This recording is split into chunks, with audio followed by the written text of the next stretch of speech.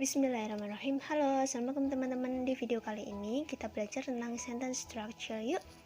Nah, sentence structure ini kalau dalam bahasa Indonesia kita biasa artiin sentence itu kan berarti kalimat, dan structure itu berarti struktur kalimat.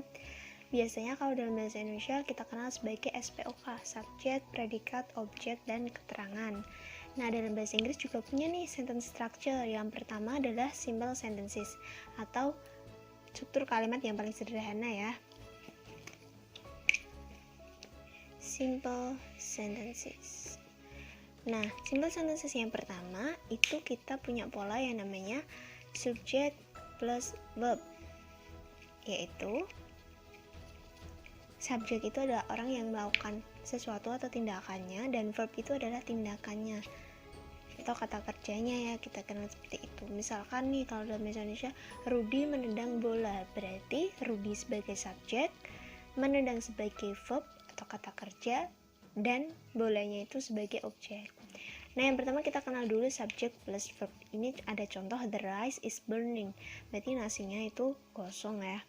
Nah, terus kita kenal lagi pola selanjutnya, yaitu subjek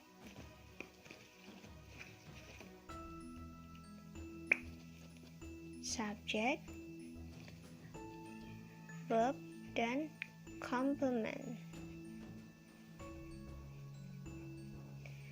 Complement di sini artinya sebagai pelengkap ya. Kita punya contoh nih, example. She is a lawyer.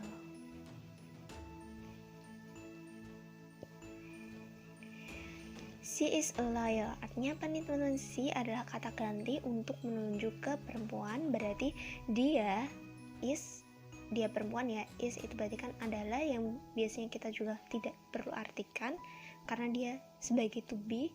She is a lawyer, berarti dia adalah seorang lawyer, pengacara. Nah, kemudian saya juga punya contoh lagi. She is intelligent, berarti dia cerdas. Nah, di sini lawyer dan intelligent itu sebagai complement. Sebagai complement yang berarti pelengkap. Selanjutnya ada lagi nih struktur yang ketiga dari simple sentences. Ini aku kasih poin A, B, dan C gitu ya.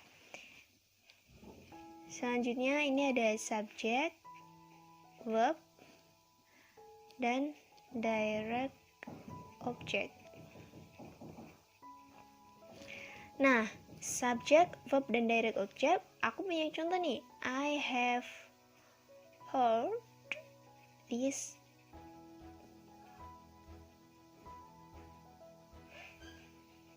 song, gitu ya. Berarti I have heard, berarti artinya saya telah atau saya pernah mendengar this song, lagu ini gitu. Nah, si this song ini sebagai direct object. I di sini sebagai subject, have heard di sini sebagai verb ya teman-teman. Selanjutnya di sini ada lagi nih struktur yang lebih kompleks dalam simple sentence gitu ya. Ini kita lihat seperti ini. Subject, verb, indirect object, IO indirect object, dan direct object atau DO. DO ya. Nah, di sini aku punya contoh nih. My teacher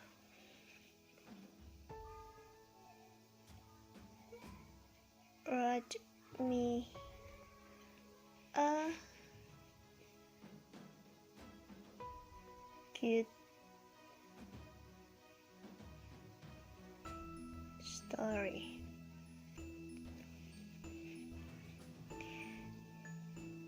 My teacher itu sebagai subjek, guruku wrote me menuliskanku,